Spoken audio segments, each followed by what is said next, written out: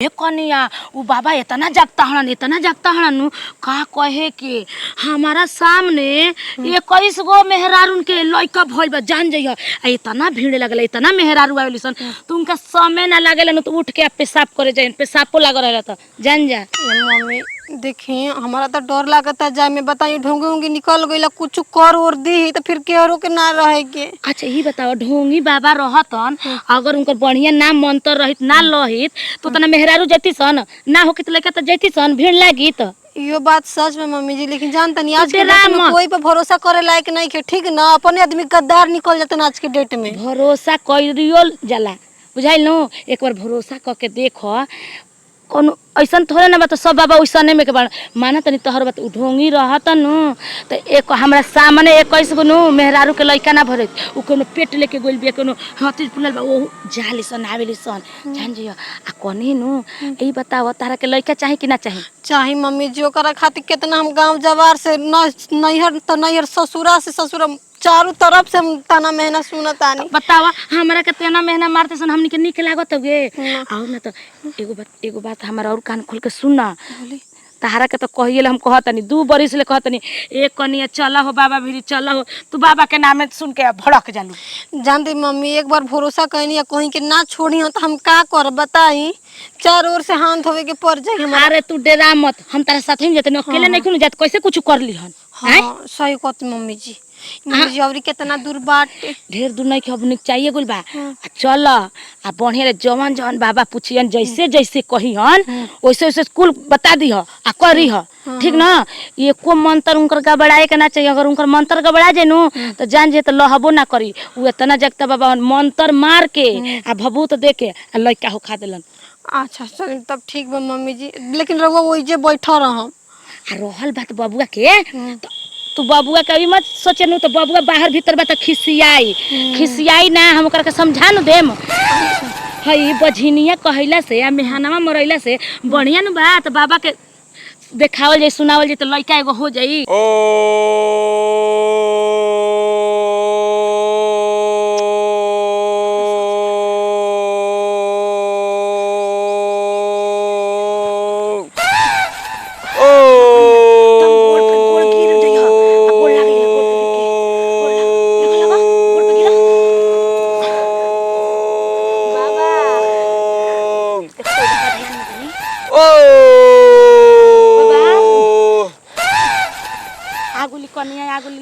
बाबा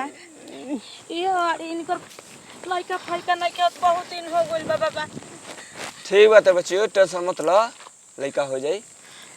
बाबा देखी और हाथ जोड़तनी, हाथ गोड़ पे गिरतनी जई कुछो लागी कौनो चीज रो मांगम हम सब देवे पे तैयार बनी। केहू तरी इनकर गोद भर दी। तो बच्चिया तो जानते न बालू कि बहुत हम जागता बाबा हैं। हाँ ये बाबा ई तो हम तारा और नाम सुनले बानी कहां कहां से कितना मेहरारून के रो लइका हो खइले बानी। ठीक बात है बच्चियों, टेंशन मत लो, लइका हो जिनके।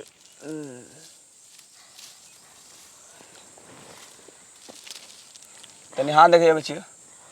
ओम काली कलकत्ते वाली चल है देखिए बच्चिया के गोद का। का हो गइल बाबा? ये बच्चियों ये बच्चियों इनकर कोख त मारल गइल बत्ते बच्चियों। लइका ना होई बच्ची ऐसे काहे कहत है? तू जानत नहीं खो हमरा बारे में, इनका लइका हो जाई। हाँ बाबा केहू तरीका रहा के लइका हो खा दी और जितना पैसा ले कौड़ी ले जवन चीज कह खसी मुर्गा बोका लाल परी जवन को हम कौन हम ले जाई। ठीक बा बच्चियों, देखो इनके कुटिया में ले जाई आ दीक्षा देवे पड़ी इनके। ना ना ना ना, ना मम्मी जी ना जब कुटिया में। पागल हड़ू क्या कहत है बच्चियों? तारा कुटिया में चले पड़ी तबे ना हम ताके दीक्षा दे। ए बाबा जहां मन करे वहां लेके रौरा जाए, लेकिन केहू तरी हमरा पतोही के गोद भर दे। ताके मंजूर बा ना? हाँ हमके मंजूर बा। ठीक बा तो बच्चियों टेंशन तन क्यों मत ले, इनका बच्चा हो जाई। चल बच्चियों कुटिया में चल। ना ना हम ना ले जाए मम्मी जी। ए बच्चियों का बोले तू? तोरा के बाप पर भरोसा नहीं है का? भरोसा बाबा जी, लेकिन हम मम्मी जी अकेले ना जाए। ढोंगी से समय तय करे बच्चियों। ना ना ना बाबू जी कल देखा कनिया सुना कुछ ना होई पहले तू जा बाबा पे विश्वास कर। चल तोरा के लइका चाहिए ना? चाहत मम्मी जी। हाँ तो लइका चाहिए तो जाए के पड़ी।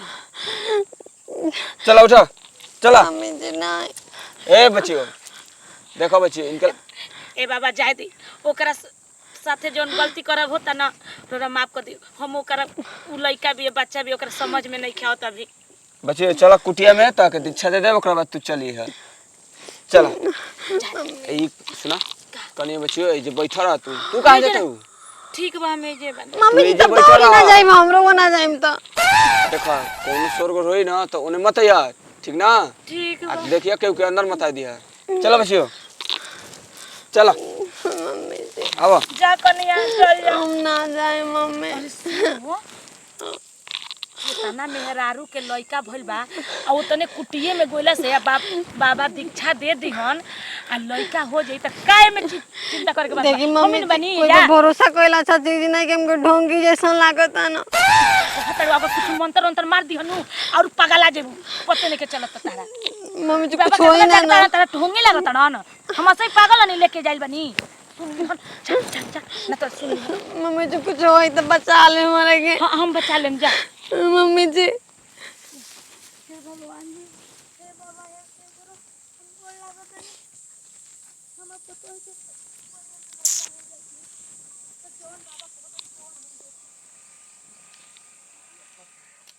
बाप रे बाप बाबा जी कितना नीमन बानी हम तो गलती सोचत रहनी हम बाबा जी रुआ यही जा कैसे आ गई नी बाबा बच्चे जान जाई बाबा के शक्ति है ठीक ना वो आसन पे ले आसन पे आगुनी है ए बाबा जी रुआ तभी वही जे रहलानी हमने क्या रुआ से पहले आ जाए रुआ धन बनी है बाबा रुआ बारे में हम कितना गलती से जानी हमर सोचबे खत्म हो जाते नीमन रहित ना बच्चे से ना बोलो जरा ना ए नारायण मम्मी बोल ना ए मम्मी जी बाबा जी इतना अच्छा बनी दीक्षा देवे खातिर ले गनी कुटिया में मार अगरबत्ती मार फूल उल मार चढ़ा उड़ा के मारे खूब पूजा पाठ कइले हनी जानते मम्मी जी एगो खुशी के बात बा का कैसे कि अगला दीक्षा हमारे घरे दियाई हो हाँ अभी जानता नहीं कहिया कहा पूर्णिमा के हो पूर्णिमा के दिन हमारे वो बेड पलंग, पे हाँ, बेड पे बची बेड पे होता है। दियाई जाए दिए बाबा बहुत रौरा धन्य बानी हमनी खातिर रौरा भगवान बानी हाँ ए ठीक बा, बाबा ठीक है, ठीक है। रउआ हमार गोद भर दे के सब कितना दुनिया इतना डॉक्टर के ही लेके गोइनी नतिया हेतना हेतना दवाई दे देत रहसन हेतना पैसा लेत रहसन लेकिन कोनो सुनवाई नहीं रौरा कितना बढ़िया बानी हाँ हम जी। कहत रही तो बाबा बढ़िया बड़न तो तू रोवत रहो खिसियात रहो बच्चियों, ई सब ईश्वर के देन में तो समझ लू हमनी के का बनी सबके तो ईश्वर देना लेकिन रउआ हमारे के दे दानी बहुते हम खुश बनिए प्रभु रउआ हमनी खातिर ई बताव 2 बरिस ले कहत रही अब ले आगु रहतु नु तब ले कहिए माई कहाए लागो रहतु हम आजी लेकिन तू आवते ना रहू मम्मी जी हम जानते बानी कि हम कोई पे जल्दी भरोसा ना करी ना कोई अपन होके चाहे पराया होके चला मुड़ी पटक के आ गोड़ लाग के चला चिरंजीवी भव बाबा हम गोड़ कल्याण लागत भव ठीक बा बाबा जी ठीक बा याद रखम पूजा पाठ का जौन कुछ भी लागी ना बाबा जी तो एक बार बस कह देम पूरा बाबा जी, सामान पूरा कह देम। बाजार ए बाबा। उठा के घर ला देम कहिया उ पूजवा होई घरवा जवन होई तो पूर्णिमा के पूर्णिमा पूर्णिमा के हां ठीक है बउए आ कोनो सामानो मन लागी बता दे हम के ओती जुगाड़ अगर हम आज सुबह ना तो अपन पर्ची बना के दे दही ठीक बा अच्छा हमने शाम के दिया आई ना बाबा जी हां शाम को पूजा हाँ होगी दीक्षा शाम के दिया आई मम्मी जी चला चला कनिया कितना ठीक है जा।